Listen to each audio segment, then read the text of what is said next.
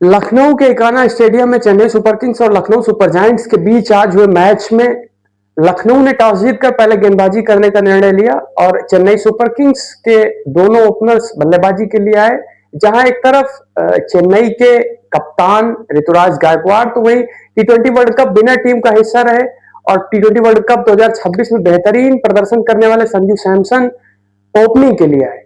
इस दौरान ऋतुराज गायकवाड़ बहुत जल्द ही और सस्ते में आउट होकर चलते बने, तो वही संजू सैमसन भी पावर प्ले में ही आकाश सिंह का शिकार बने।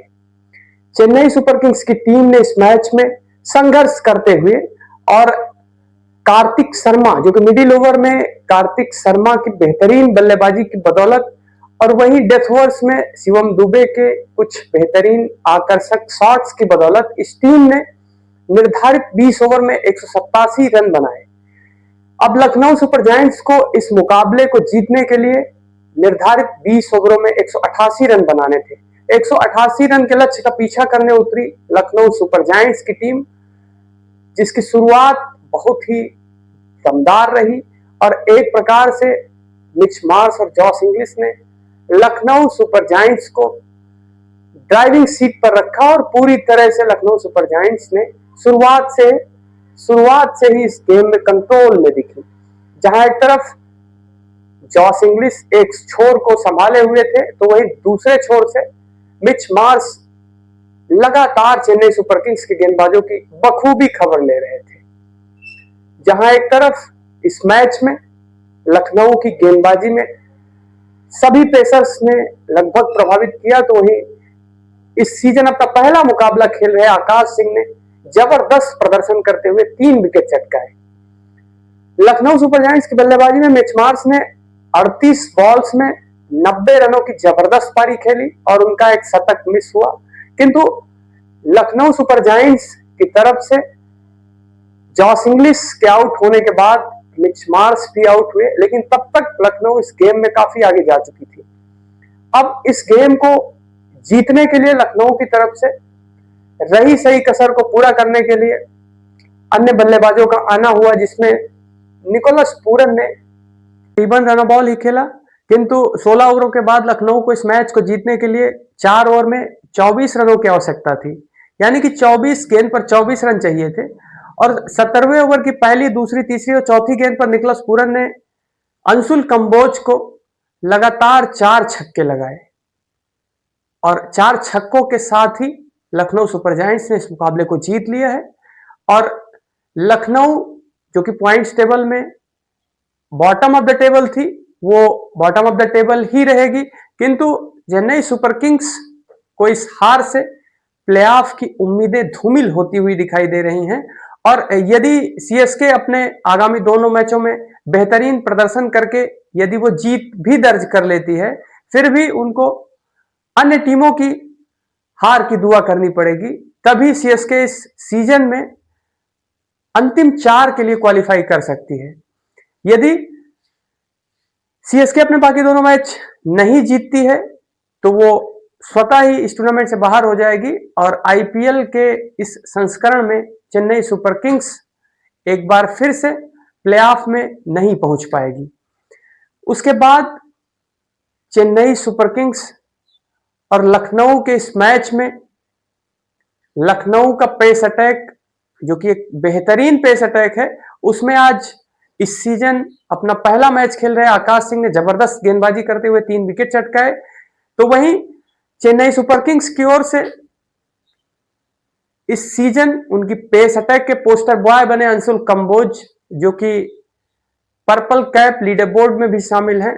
उनकी आज अच्छी खासी खबर ली लखनऊ सुपर जायंट्स के बल्लेबाजों ने और अंशुल कंबोज ने 2.4 ओवर में तकरीबन 60 से ऊपर रन लुटाए और इस तरह से, और वो विकेटलेस रहे। तो इस तरह से सीएसके के गेंदबाजों की खूब धुनाई हुई और लखनऊ सुपर जायंट्स ने इस मुकाबले को एक तरफा जीत लिया।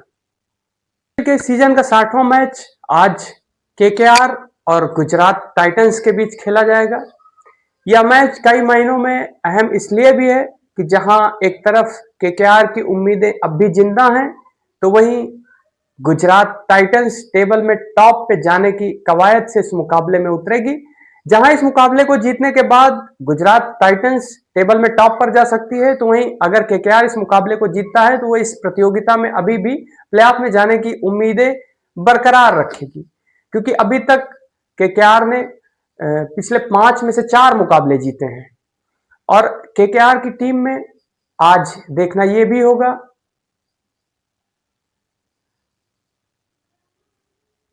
भी होगा कि उनके opener Finn Allen, Ajinkya Rahane क्या कुछ करते हैं। और युवा अंगकृष रघुवंशी पर भी निगाहें होंगी साई सुदर्शन पर भी और शुभमन गिल पर भी।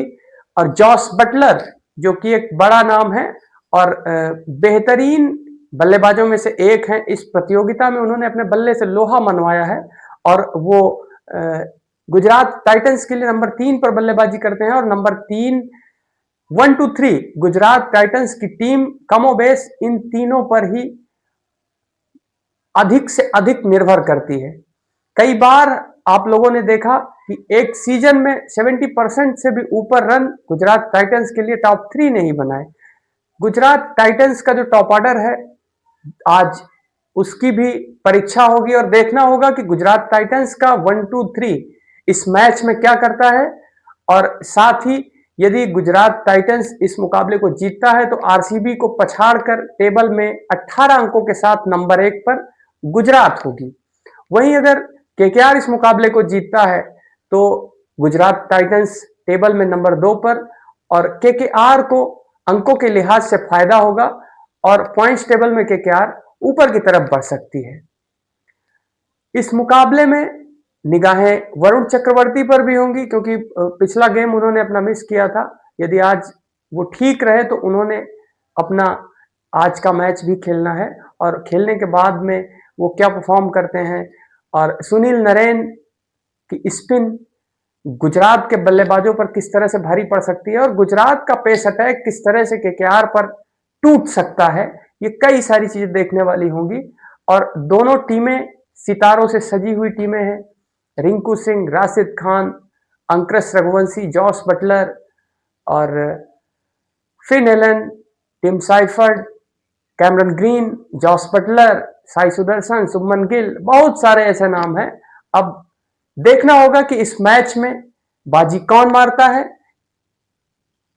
गुजरात टाइटंस टेबल में टॉप पर जाता है या फिर केकेआर पॉइंट्स टेबल में ऊपर की तरफ बढ़ेगी। ऐसे ही स्पोर्ट्स के तमाम खबरों और जानकारियों के लिए आप देखते रहिए हमारे इस चैनल को। तब तक के लिए धन्यवाद।